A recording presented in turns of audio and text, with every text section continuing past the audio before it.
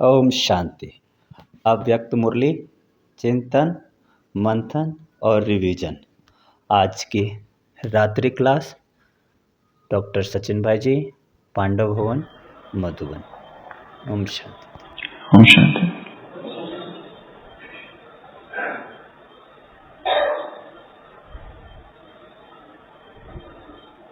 अध्यात्म की सारी खोज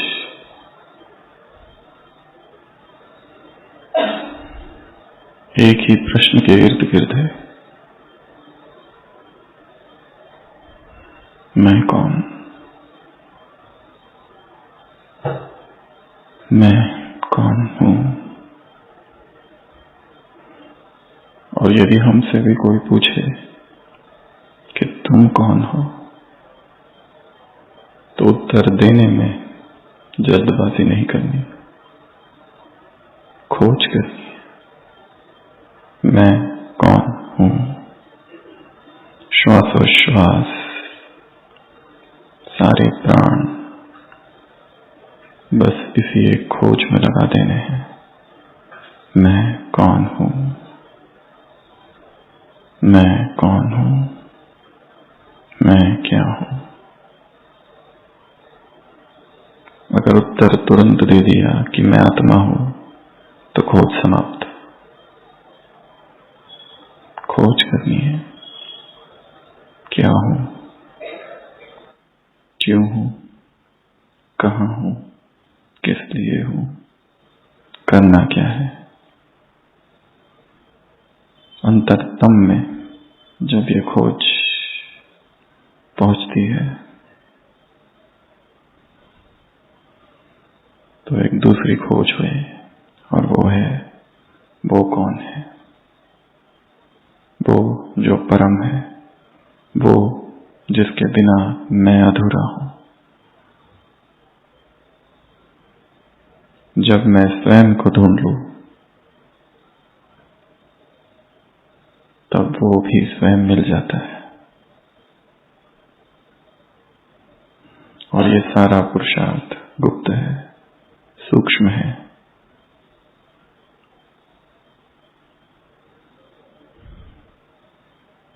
इसके विषय में किसको क्या बताए।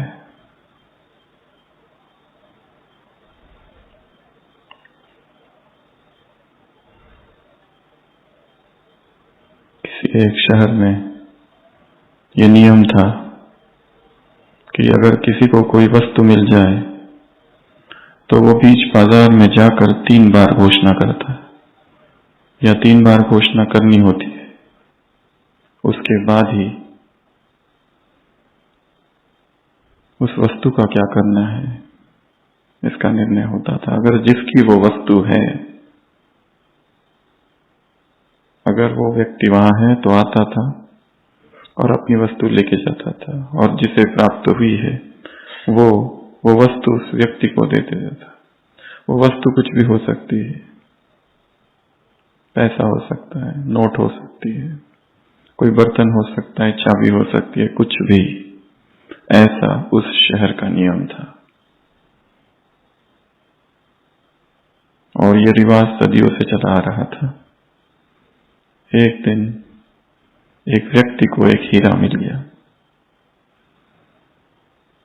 तो वो भी गया बाजार में, उसने भी घोषणा की और वापस आ गया, क्योंकि लेने वाला कोई था नहीं। नियम ये भी था, अगर लेने वाला कोई नहीं, तो वो वस्तु उसी की हो जाएगी जिसको वो मिली है। उसकी पत्नी आश्चर्यचकित होकर कहती है, इतनी आधी रात को तुम कहां गए थे? तो वो कहता है, नियम निभाने। वस्तु तो मिली है, परंतु वो बाजार में कब गया? आधी रात को, जब कोई ना हो। और उसने घोषणा भी की, और 3 बार घोषणा की, परंतु ऐसी घोषणा की कि उसके अतिरिक्त और कोई सुन ना सके। पता नहीं कोई भिखमंगा आसपास बैठा हो और सुन ले, पता नहीं कोई सो रहा हो और सुन ले।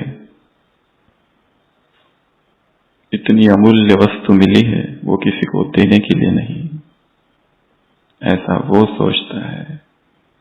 और भारत के संत इस कहानी का उल्लेख करते हुए कहते हैं, उस परमात्मा को ऐसे याद करो और ऐसे उसे पुकारो कि तुम्हारे होठों को भी पता ना चले। इतना गुप्त, क्योंकि संतों ने उस परमात्मा की तुलना हीरे से की है। राम रतन धन पायो, वो किसी को देने के लिए नहीं, वो मेरा है, मैंने उसे खोजा है। वो इतना मूल्य है, इतना मूल्यवान है। इसलिए बस चुपचाप भीतर ही भीतर अंतरतम में उसको याद करते रहो, उसको याद करते रहो, क्योंकि उससे अधिक मूल्यवान इस संसार में और कुछ नहीं। परंतु जब वो भगवान स्वयं धरती पर आता है तो वो एक ऐसी बात कहता है जो इस संसार के किसी भी साहित्य में नहीं है, किसी भी धर्म की किताब में नहीं है, किसी वेद में, किसी पुराण में नहीं है। और वो कौन सी बात है? तुम कौन हो?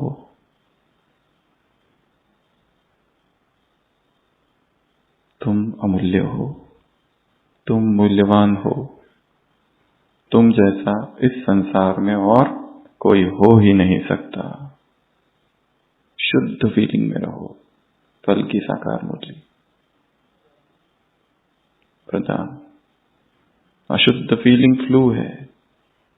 ऊंची फीलिंग्स में रहो, हायर कॉन्शियसनेस में रहो। जैसे ही मन नीचे जाता है, मैं दुखी हूं, मैं उदास हूं, मैं बीमार हूं, लास्ट संडे की मुरली, मैं बीमार हूं, मैं बीमार हूं, मैं बीमार हूं, सिंगल बीमार, डबल बीमार महसूस था और बीमार कर देती है।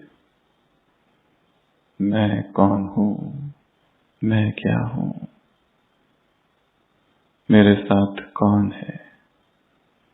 तो संसार में और भक्ति के साहित्य में भगवान की तुलना हीरे से की गई है और सबसे अमूल्य ऐसा उसे माना गया है। परंतु वो स्वयं जब धरती पर आता है तो वो क्या कहता है?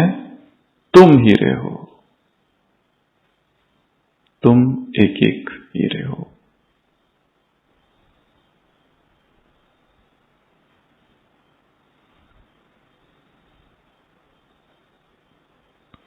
आज सुबह की अव्यक्तवाणी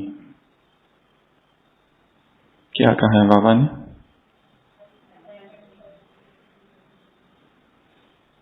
बहुत सी बातें कही है, उसमें से 7 बातें हम निकालेंगे बस। पहला, मैं हीरा हूं, अर्थात डायमंड हूं, चमकता हो। और हीरे में बहुत सी विशेषताएं होती है। कुछ विशेषताएं हैं। पहली, उसकी भी 7 विशेषताएं। ऐसी तो अनगिनत प्रॉपर्टीज है उसकी। एक प्रॉपर्टी है एज। हीरा कभी पुराना नहीं होता है। संसार में ऐसे हीरे हैं जो लाखों वर्ष पुराने, ऐसे कहा जाता है। ये पहला। दूसरा, चमक, ब्रिलियंस। अत्यंत चमकीला अगर कुछ है तो हीरा है।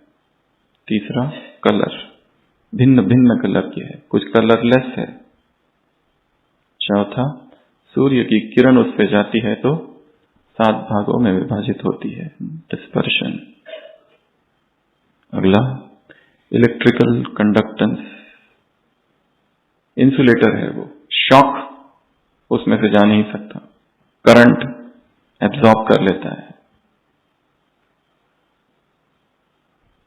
अगला, हार्ड, हीरे जैसा हार्ड इस संसार में और कुछ भी नहीं है। कड़क, टूटता नहीं है, चाहे कुछ भी कर लो, फोड़ने की कोशिश करो, फूटेगा नहीं, इतना फर्म, इतना हार्ड। और लास्ट, ट्रांसपेरेंट, पारदर्शी। ये 7 गुण हीरे में होते हैं। मैं हीरा हूं, अर्थात अविनाशी हूं। मैं हीरा हूं, अर्थात चमकदार, चमकीला, कलरफुल, भिन्न भिन्न शक्तियां हैं, अलग अलग रंगों की।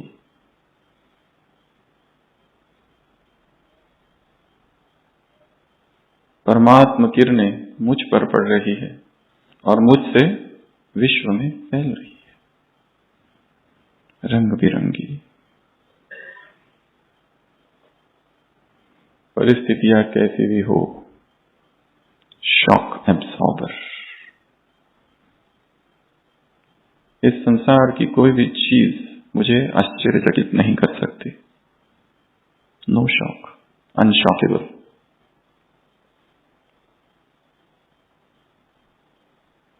जिससे बहुत प्रेम किया वही धोखा देता है, व्यक्ति शॉक में चला जाता है।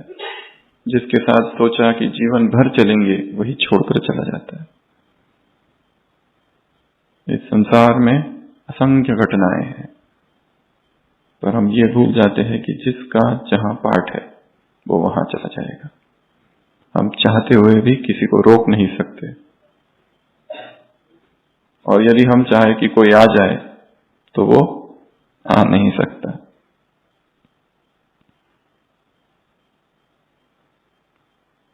हार्ड, किसी एक वरदान में था अपनी स्थिति को हार्ड बनाओ, मजबूत, टूटने न पाए, निराश न होने पाए, न कोई उदासी, ना कोई दुख, ना कोई गम, ना कोई बेचैनी। कुछ भी मुझे तोड़ नहीं सकता। अनब्रेकेबल। इतना स्वयं को शक्तिशाली बनाना है। इस संसार की सारी परिस्थितियां, सारे विघ्न खेल लगे। कुछ भी आ जाए, बड़ी से बड़ी बीमारी, बड़े से बड़ी परिस्थितियां। 3 प्रकार के विघ्न इस मुरली में गिनाए हैं बाबा ने। कौन कौन से? किसी एक वरदान में था अपनी स्थिति को हार्ड बनाओ, मजबूत, टूटने न पाए, निराश न होने पाए, न कोई उदासी, ना कोई दुख, ना कोई गम, ना कोई बेचैनी। कुछ भी मुझे तोड़ नहीं सकता। अनब्रेकेबल। इतना स्वयं को शक्तिशाली बनाना है। इस संसार की सारी परिस्थितियां, सारे विघ्न खेल लगे। कुछ भी आ जाए, बड़ी से बड़ी बीमारी, बड़े से बड़ी परिस्थितियां। 3 प्रकार के विघ्न इस मुरली में गिनाए हैं बाबा ने। कौन कौन से? आत्माओं के, प्रकृति के और परिस्थितियों के। प्रकृति के विघ्न बारिश ही बारिश, 6 मास तक बारिश, धूप ही नहीं। अंदर से लगता है ये बारिश खत्म हो जाए फिर पुरुषार्थ चालू करेंगे अच्छा वाला। धूप ही धूप, जब देखो तब पसीना ही पसीना, पसीना ही पसीना, ठंडी ठंड। प्रकृति के विघ्न, आत्माओं के द्वारा विघ्न, बाबा इसकी ट्रांसफर करा दो बस, उसके बाद में पुरुषार्थ चालू करेंगे।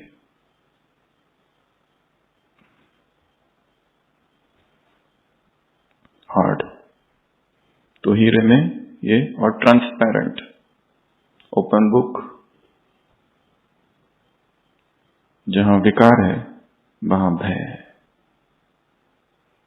विकार में क्या है? भय। छुपाना पड़ता है। विकार में बेचैनी है। जैसे ही विकार जागते हैं मन बेचैन होता है। या फिर कहो, जब जब मन बेचैन है तो किस निष्कर्ष पर पहुंचना है? जरूर कोई ना कोई विकार जागा है भीतर। ये उसका प्रूफ है, प्रमाण है। चित्त बेचैन है, 10 मिनट एक जगह नहीं बैठ सकते, इधर से उधर, उधर से उधर।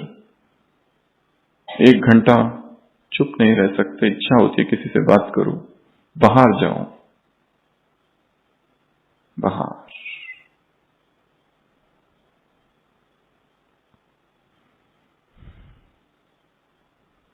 तो सबसे पहला पॉइंट आज की मुरली से, मैं कौन हूं? डायमंड हूं, हीरा हूं, चमकीला।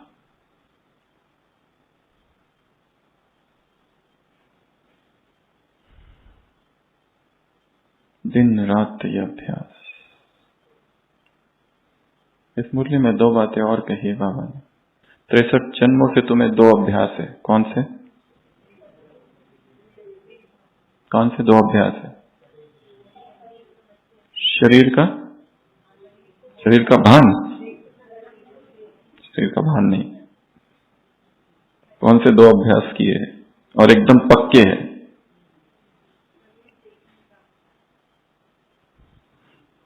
शरीर देखने का अभ्यास और शरीर से प्यार। कितने जन्म किए हैं? दिन रात बस जहां बुद्ध जाते वहां वो, परंतु ना ध्यान, ना कोई अभ्यास, ना कोई तपस्या। दिन रात बस उस चेहरे की तरफ ही आकर्षित हो गया। और जब बुद्ध को ये पता चला और देखा तो उन्होंने उससे कहा, तुम मेरे रूप की तरफ क्यों आकर्षित हो रहे हो? इस शरीर में भी वही गंदगी है जो सबके शरीर में है।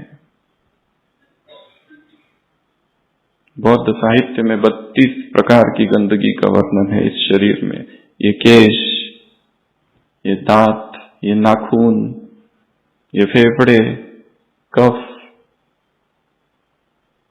हड्डियां, टेंडन्स, बोन्स, मसल्स, मज्जा, मल मूत्र, सब गंदगी से भरा हुआ शरीर है। अंदर अच्छा ऐसा कुछ है ही नहीं इसमें। धर्म फटकार सुनकर उसके होश ठिकाने आए। बुद्ध ने कहा, मुझे देखना है तो मेरे अंदर जगे हुए धर्म को देख, मेरे अंदर जगी हुई प्रज्ञा को देख, उस बोधि को देख। अचानक से उसे होश आए और मेरे साथ रहकर कुछ फायदा नहीं, और मेरे इस रूप को देखकर भी कुछ फायदा नहीं। एकांत में जाकर अंतर्मुखी होकर तपस्या कर। और उस वल्कली ने वैसा ही किया। फिर एकांत में चला गया और बुद्ध का दर्शन भीतर हुआ। बुद्ध व्यक्ति नहीं है, स्थिति का नाम है। The enlightened one. एक दूसरी कथा का वर्णन है एक वेश्या का, अभय माता, जिसे अपने कर्मों पर बहुत पश्चाताप हुआ। जैसे ही किसी एक भिक्षु के संपर्क में आई, जब देखा उसने एक भिक्षु को, एक माता, एक गृहिणी फटकार रही है, परंतु वो भिक्षु अचल खड़ा है। वो माता डांट रही है उसको, तुम काम नहीं करते, भिक्षा मांगने आ जाते हो, जाओ यहां से। वो भिक्षु चुपचाप निकल जाता है। इस वेश्या को लगता है ये क्या है, ये अविचलता का ज्ञान तुमने कहां से पाया? और वो बुद्ध तक पहुंचती है, प्रभावित होती है, प्रवज्जित होती, भिक्षुणी बनती है। परंतु काम ग्रंथियां बहुत प्रगाढ़ है, काम के संस्कार रग रग में समाये हैं। उसे शुरुआत में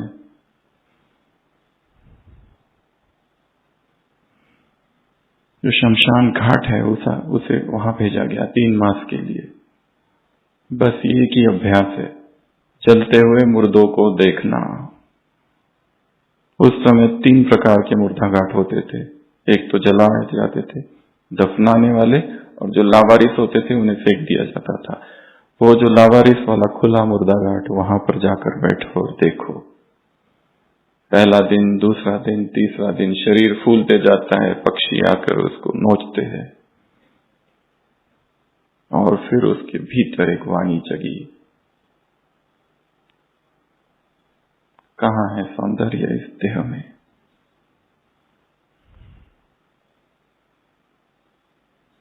कोई मूढ़ ही होगा जो इस देह में आसक्त हो। धर्म संवेग जागा, प्रबल वैराग्य उत्पन्न हुआ और वो तपस्या में लग गई। कठिन कार्य है मन को वश में करना, वो भी अकेले और एकांत में बैठकर, पर उसने कर दिखाया। 63 जन्मों से तुमको ये दो आदत है, दो अभ्यास। कौन सा? शरीर को देखना और शरीर से प्यार करना। क्या है इसमें? आंखें बंद करके कभी 1 घंटा तक अभ्यास करो बैठकर। क्या है? ऊपर से नीचे तक घुमाओ, इधर क्या है, इधर क्या है, इधर क्या है, एक एक अंग को देखो, क्या है, क्या है, क्या है। तत्वों को देखो, तत्वों से भरा है। मृत देह को देखो, क्या है। बीमार शरीर को देखो, क्या है। Where is the beauty? फिर भी ऐसा पागलपन, सारी किताबें, सारी मैगजीन, सारा मीडिया, सारी फिल्में, सब कुछ इस संसार का, सारे गीत, सारा संगीत, सारा म्यूजिक, सारी फिल्में, सारी डॉक्यूमेंट्रीज, सारा मीडिया इस शरीर के इर्द गिर्द घूम रहा है।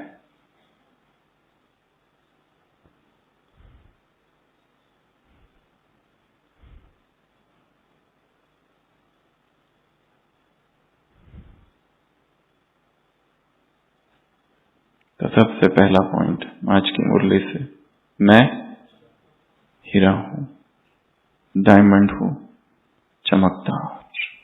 दूसरा, मुझे डायमंड बनना है और कुछ नहीं बनना।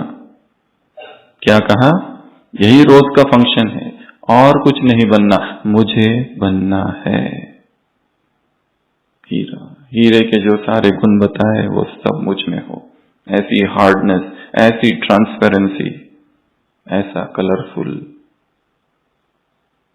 ऐसा पावरफुल मैं हूं, हीरा हूं।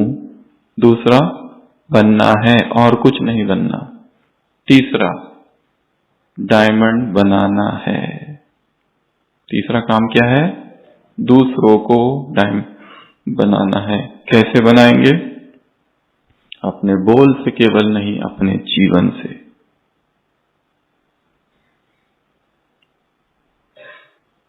आई have not come to teach but to inspire. मैं सिखाने नहीं, प्रोत्साहित करने आया हूं। ऐसा कई महान आत्माओं ने कहा है इतिहास में। सिखाने के लिए नहीं आए हैं, इंस्पायर करने के लिए आए हैं। तो तीसरा काम क्या है? मुझे हीरा बनाना है। चौथा, मुझे डायमंड देखना है। शरीर को देखना नहीं है।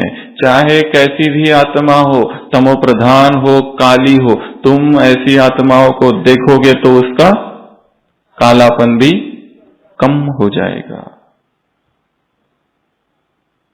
अगर वो नहीं दिखता है तो देखो ही मत, नजर नीचे। चौथा, मुझे क्या देखना है? डायमंड देखना है। केवल आत्मा को ही देखना है, शरीर को देखना ही नहीं है। शरीर को देखो भी तो जानो ये शरीर में क्या है।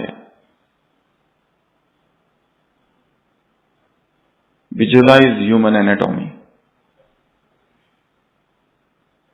आंखें बंद करके विजुअलाइज करो, देखो इसके अंदर क्या है भरा। ये काया है, कौन स्त्री कौन पुरुष इसका कोई संबंध ही नहीं है। ये शरीर है बस, और इसमें गंदगी ही भरी है। ये काया है बस।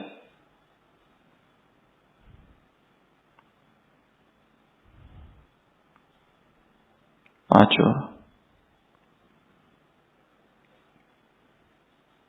डायमंड में कोई दाग ना हो। पांचवा, मुझ डायमंड में कोई दाग नहीं। और दाग के अर्थ बताए हैं विघ्न, और दाग का अर्थ बताया है स्वभाव। मुझ डायमंड में कोई दाग नहीं। इसकी चर्चा हम फिर करेंगे। अगला पॉइंट, मुझ डायमंड को, विश्व को और प्रकृति को, मुरली की शुरुआत क्या करना है? डायमंड समान चमकाना है। ये 6th पॉइंट। क्या करना है मुझको? किसको चमकाना है? विश्व को। और विश्व का नाम लेते ही क्या आंखों के सामने आ जाए? ग्लोब, गोला। एज ऑफ 2023 195 कंट्रीज है। ये सारे 195 कंट्रीज एक भी देश छूटने ना पाए। ऐसी दृष्टि घुमाओ, ऐसी दृष्टि दो, ऐसी सकाश अमृत वेला। एक एक खंड को, Europe, America, Africa, Asia, Australia,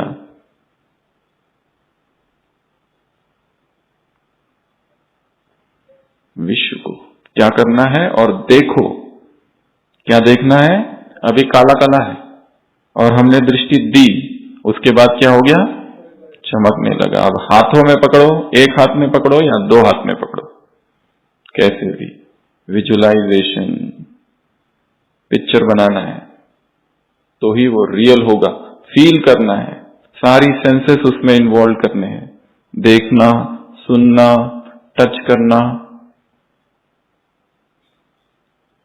और दूसरा है विश्व और दूसरा प्रकृति। जब प्रकृति को हो तो एक एक तत्व को देखो, सारी धरती हमने दृष्टि दी और चमकने लगे। सारा आकाश, हवा, पानी, जल, अग्नि सब सतो प्रधान बन रहे हैं। इतनी ऊर्जा और इतनी शक्ति मुझ में है कि सब कुछ प्रकाशित हो रहा है। तो ये 2 काम कल से करने, अगले 7 दिनों तक। किस किस को? सकाश, प्रकृति के 5 तत्वों को और विश्व को, ग्लोब को। और 7वां पॉइंट, मुझ डायमंड से क्या निकल रहा है? अष्ट शक्तियों की किरणें चारों ओर फैल रही है। ये आज की मुरली के 7 पॉइंट्स है, 7 बातें हैं। पहला, मैं डायमंड हूं। जब ये कहो तो देखो, मन की आंखों से देखो, विजुलाइज करो। हमारा ब्रेन पिक्चर्स की भाषा समझता है, टेक्स्ट नहीं। मुरलियां याद नहीं रहती। क्यों? क्योंकि वो लिखित है सब। उसको पिक्चर बना दो, उसको मूवी बना दो, उसमें कलर भर दो तो वो याद रहेगा। सारा खेल याद का है, स्मृति और विस्मृति का।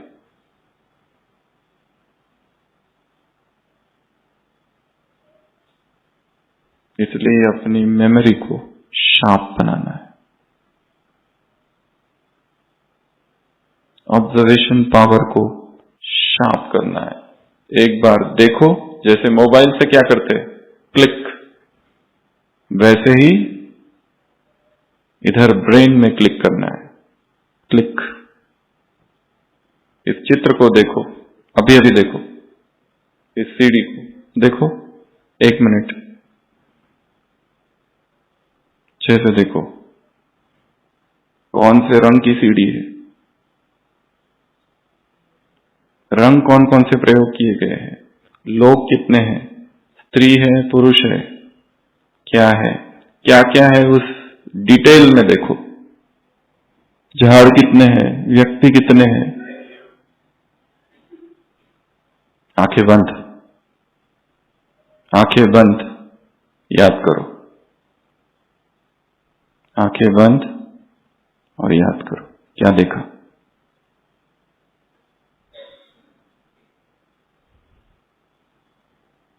सतयुग कौन से कलर का था, द्वापर, त्रेता, कलयुग।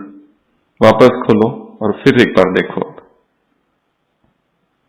क्लिक, स्नैपशॉट, कैमरा से क्लिक करो, स्थूल नहीं, मन के कैमरा से क्लिक किया, फिर से आंखें बंद और फिर से याद करो क्या था।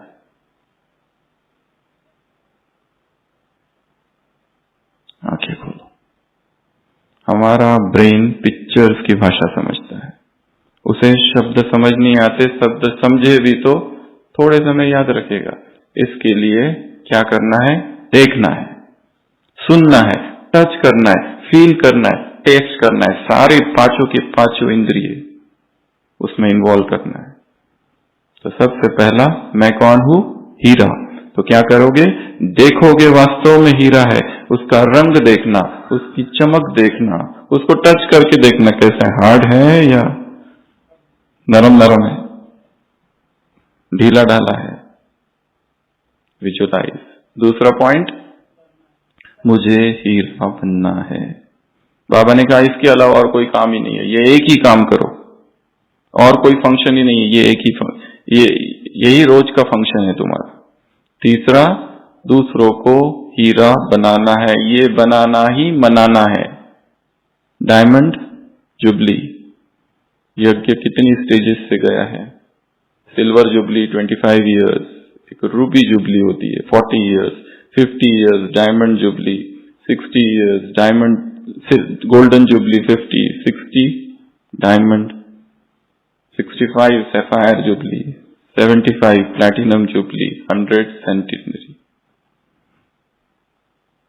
यहां है अभी, इसलिए सारी मुरली डायमंड पर चल रही है। तो मुझे क्या करना है? डायमंड बनाना है। चौथा, डायमंड देखना है, शरीर को देखना ही नहीं है। शरीर में क्या है? शरीर सांप है, सांप में विष होता है। और कुछ देखना ही है तो वास्तविकता को देखो, आर पार देखो उसके क्या है, केवल ऊपर ऊपर नहीं देखना, आर पार। अगला, नेक्स्ट, कोई दाग नहीं। अगला,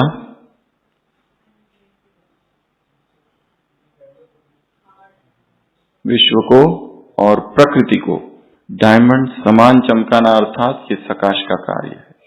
और अगला, अष्ट शक्तियों की किरणें, चलता फिरता फरिश्ता, चलता फिरता डायमंड, अष्ट शक्तियों की किरणें फैल रही है। बाबा ने मुरली चलाई है 31 दिसंबर को और कहा है जनवरी फरवरी मार्च 3 मास अभ्यास करो, हर मास अभ्यास बढ़ता जाए तो दूसरों को ज्यादा महसूसता होगी।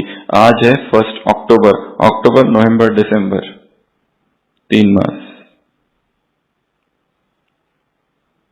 शरीर क्यों आकर्षित करता है? जरूर ऐसे चित्र देख रहे हैं जो शरीर के इर्द गिर्द घूम रहे हैं, ऐसी कहानियां, ऐसी स्टोरीज, ऐसी बातें, ऐसा सोशल मीडिया जो शरीर को प्रदर्शित करता है और शरीर को बहुत सुंदर बताता है।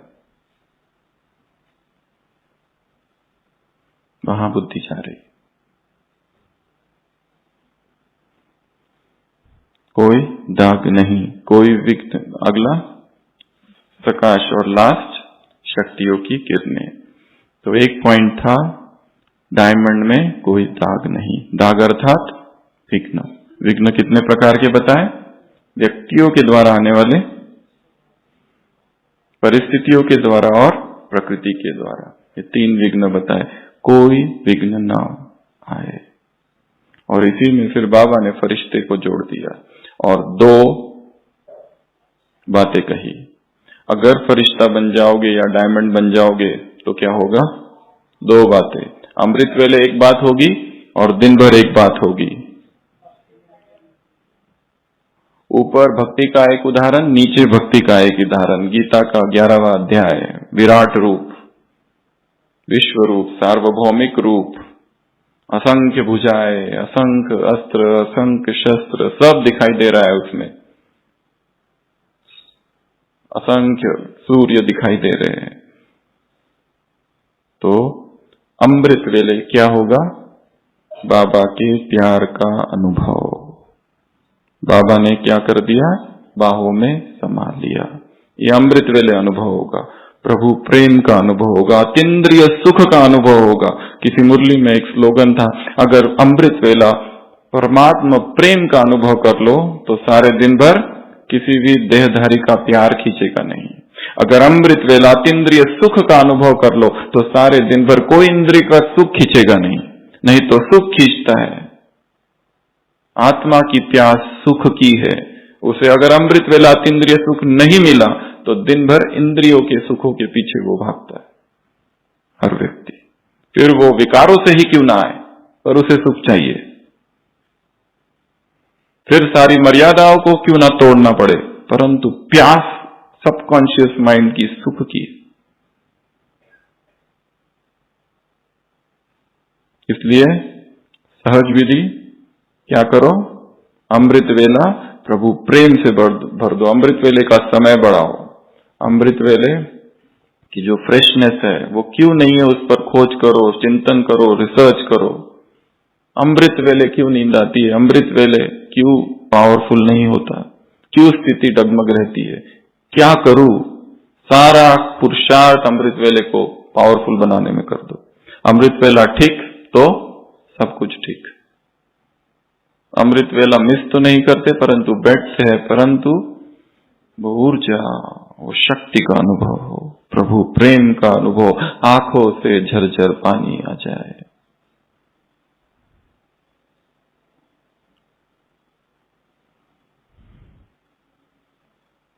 और सारे दिन भर क्या होगा, भक्ति मार्ग का और एक उदाहरण दिया है श्री कृष्ण का। मथुरा से गोकुल की यात्रा, अंधेरी रात, बारिश, जमुना का प्रवाह, और श्री कृष्ण किसमें है, टोकरी में है। ऊपर से छत्र छाया, शेषनाग। एक उदाहरण नीचे, एक उदाहरण ऊपर, एक उदाहरण सुबह और एक सारे दिन भर। तो सारे दिन भर चाहे कैसी भी परिस्थिति आ जाए, कुछ भी आ जाए, बाप दादा ऐसे ही नहीं कहते, कर कर देखो, अनुभव करके देखो। कैसी भी परिस्थिति आ जाए, भगवान क्या बन जाएगा, छत्र छाया बन जाएगा। और ये अनुभव हर एक ने किया होगा। कोई मदद नहीं करता है, कोई कुछ नहीं करता, तब कौन मदद करता है। एक नजर अनदेखी आती, राह दिखा कर जाती है, भरते हुए किसी न देखा पर झोली भर जाती है। कदम कदम पर मदद तुम्हारी ये एहसास दिलाती है। सोचो तुमको कौन मिला है, कौन तुम्हारा साथी है। गीत है ना। एक किरण अनदेखी आती, राह दिखाकर चली जाती है, भरते हुए किसी ने ना देखा पर झोली भर जाती है। सेकेंड वर्ल्ड वॉर में एक सैनिक यूएस मरीन का खो गया, अपने साथियों से, अपने दल से अलग हो गया और भटकने लगा, और उसके पीछे कई सारे सैनिक लग गए, अपोनेंट, दूसरी दुश्मनों के। वो भागने लगा, जंगल में भागने लगा, उसके पीछे इतने सारे सैनिक, भागता भागता भागता भागता एक जगह आया जहां बहुत सारी गुफाएं बनी हुई थी। वो एक गुफा में अंदर जाके घुस गया। वो भक्त था, प्रार्थना करने लगा, हे प्रभु मेरी रक्षा कर, मैंने देश के लिए अपना सब कुछ अर्पित किया, तुम ही मेरे सब कुछ हो। और वहां बिल्कुल आर्त पुकार करने लगा, हे प्रभु हे प्रभु। सबने सुना होगा। तब तक उसे दुश्मनों के जूतों की आवाज आने लगती है, ढूंढ रहे, ढूंढो ढूंढो, यहां होगा वहां होगा। उसे लगता है अब बस मैं गया, और तभी वो देखता है एक मकड़ी, एक स्पाइडर उस गुफा के पास आती है और जाल बुनने लगती है। उसे हंसी आती है, प्रभु मैंने तुझे मदद मांगी थी, तुमने मकड़ी को भेजा, और वो भी क्या कर रही है, एक जाल बूंद रही है, मकड़ी का जाल। मैंने तुम्हें मांगा था एक दीवार पत्थर की जो मुझे छिपाए, पर ये क्या। और वो बस वहां छुपा रहता है अंधेरे में एक बार। और सैनिक पूरे बंदूक लेकर ढूंढ रहे हैं, इस गुफा में, उस गुफा में, कहाँ है कहाँ है कहाँ है। एक सैनिक उस गुफा में आता है, देखता है जाली है। उसको लगता है सदियों से अंदर कोई गया नहीं होगा, क्यों जाना है। वो नहीं जाता और मुड़ जाता है। और जैसे ही वो सैनिक सारे चढ़ जाता है, सब चले जाते हैं, वो जो सैनिक होता है एकदम घुटनों के बल गिरता है और आंखों में आंसू आने लगते हैं। हे प्रभु तेरी गतमत तू ही जाने। अंग्रेजी में इसको कहते हैं thy ways are past our understanding. तू कैसे सब करता है कुछ समझ नहीं आता, कैसे किसको